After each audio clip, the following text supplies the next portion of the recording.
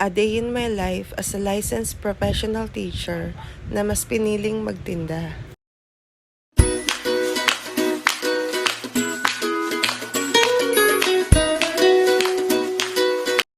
Today is June 9 at i-advance namin ang birthday celebration ng aking asawa sa June 11. Sa mga oras na iyan ay nakasakay kami sa kotse dahil Sunday ngayon, so magcho-church muna kami.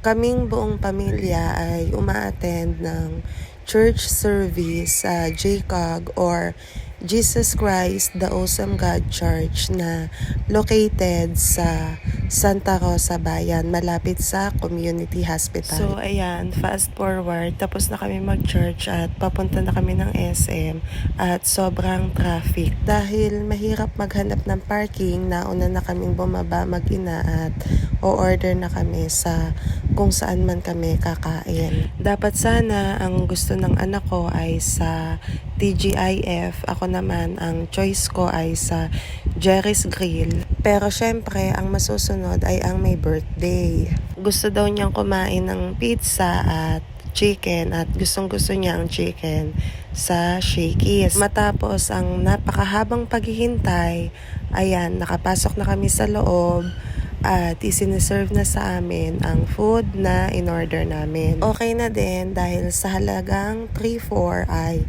meron na kaming 10 pieces na chicken joy, 2 platter ng pasta, 4 na pizza, 2 1 liter na coke, meron pa kaming 2 basket ng garlic bread at 4 plates ng Mojo Joe's. Biruin mo, sa halagang yon, busog na kami, tapos may takeout pa kami para sa aming hapunan mamaya. Sabi ko nga ayan, videohin mo naman ako at nang makita naman ako sa camera.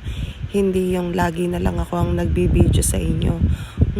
Sarap, diba? Ito naman yung bunso ko na parang laging first time kumain. At syempre, ang birthday celebrant.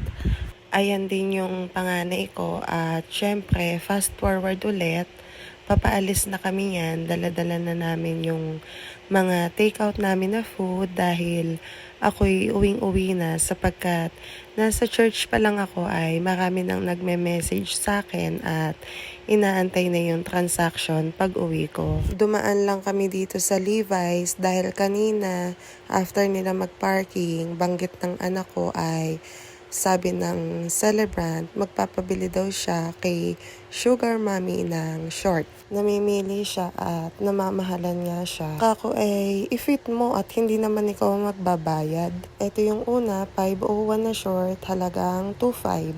Ito naman yung second na short, halagang 2.2.